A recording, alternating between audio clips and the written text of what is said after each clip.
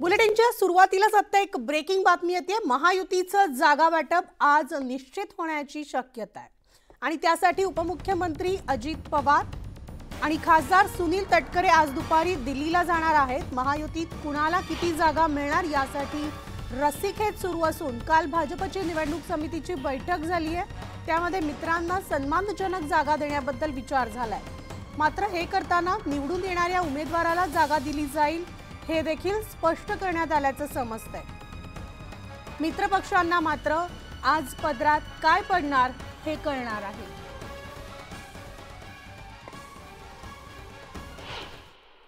शक्यता आहे की 1-2 दिवसांमध्ये त्या संदर्भातली बैठक निश्चितपणाने बोलवली जाईल। 2 दिवसापूर्वीच आदरणीय अमित शहा साहेबांच्या उपस्थितीमध्ये महायुतीची बैठक त्या ठिकाणी झाली होती। जसं देवेंद्रजींनी काल सांगितल्याप्रमाणे 80% आसपास पूर्णपणाने त्या ठिकाणी चर्चा झालेली आहे। उरलेल्या बाबतीमध्ये सुद्धा 1-2 दिवसांमध्ये बसून अत्यंत समन्वयाने आणि खेळमेळीच्या वातावरणामध्ये त्या ठिकाणी जागांचं वाटप निश्चितपणे होईल। आणि याविषयी आपण सविस्तर अपडेट जाणून घेऊयात आमची प्रतिनिधी प्रणाली कापसे यांच्याकडून।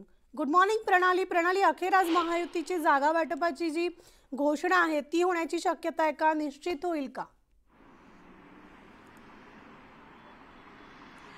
तसं बोललं जात आहे, कारण आपण बघितलं की 2 दिवसांपूर्वी ज्यावेळेला अमित शहा मुंबईमध्ये आलेले होते त्यावेळेला सुद्धा जवळपास 2 बैठका झालेल्या आहेत। महायुतीच्या रात्री एकदा झाली आणि त्यानंतर दुपारी सुद्धा ज्यावेळेला अमित शहा दिल्लीला जायला निघालेले होते त्यावेळेला सुद्धा एक बैठक झालेली आहे। त्यामुळे जवळपास 80% जागांचं जे वाटप आहे ते निश्चित झालेलं आहे।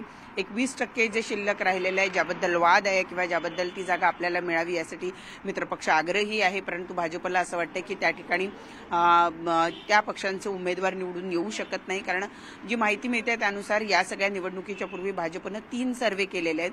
3 सर्वे जे करण्यात आलेले आहेत त्याच्यामध्ये वेगवेगळ्या ठिकाणी वेगवेगळे जे उमेदवार आहेत, हा उमेदवार दिला तर कशी परिस्थिती राहील, तो उमेदवार दिला तर कशी परिस्थिती राहील, कुठल्या चिन्हावर उमेदवार लढला तर काय परिस्थिती राहील, याचा सगळा आढावा घेण्यात आलेला आहे। आणि त्यामुळे मित्रपक्षांना सुद्धा थेट आकडेवारी किंवा या सर्वेक्षणातून जे बाहेर आलेलं आहे ते दाखवून की या ठिकाणी तुम्हाला उमेदवार बदलावा लागू शकतो किंवा या ठिकाणी तुम्हाला भाजपच्या चिन्हावर लढावं लागू शकतं, या गोष्टी सांगण्यात आलेल्या आहे। त्यामुळे नेमकं आज काय होतं ते बघणं महत्त्वाचं ठरणार आहे। खरं तर ही बैठक कालच होणं अपेक्षित होतं। भाजपच्या निवडणूक समितीच्या बैठकीच्या पूर्वीच या बैठका होणं अपेक्षित होतं, परंतु काल आपण बघितलं की कोस्टल रोडचं उद्घाटन करण्यात आलं आणि त्याचबरोबर बैठक जी आहे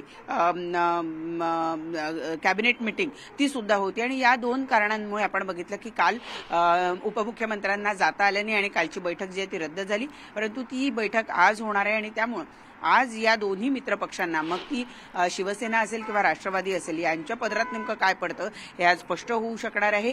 आणि त्यामध्ये कुठेतरी असं दिसून येत आहे की शिंदे यांना झुकतं माप दिलं जाऊ शकतं। शिंदेंना जास्त जागा मिळतील, तुलनेत राष्ट्रवादीला कमी जागा मिळतील, परंतु त्या सन्मानजनक असतील असं सुद्धा सांगितलं जात आहे। त्यामुळे आज नेमकं काय होतं याकडे सगळ्यांचं लक्ष लागलेलं असेल। धन्यवाद प्रणाली या सविस्तर माहितीसाठी।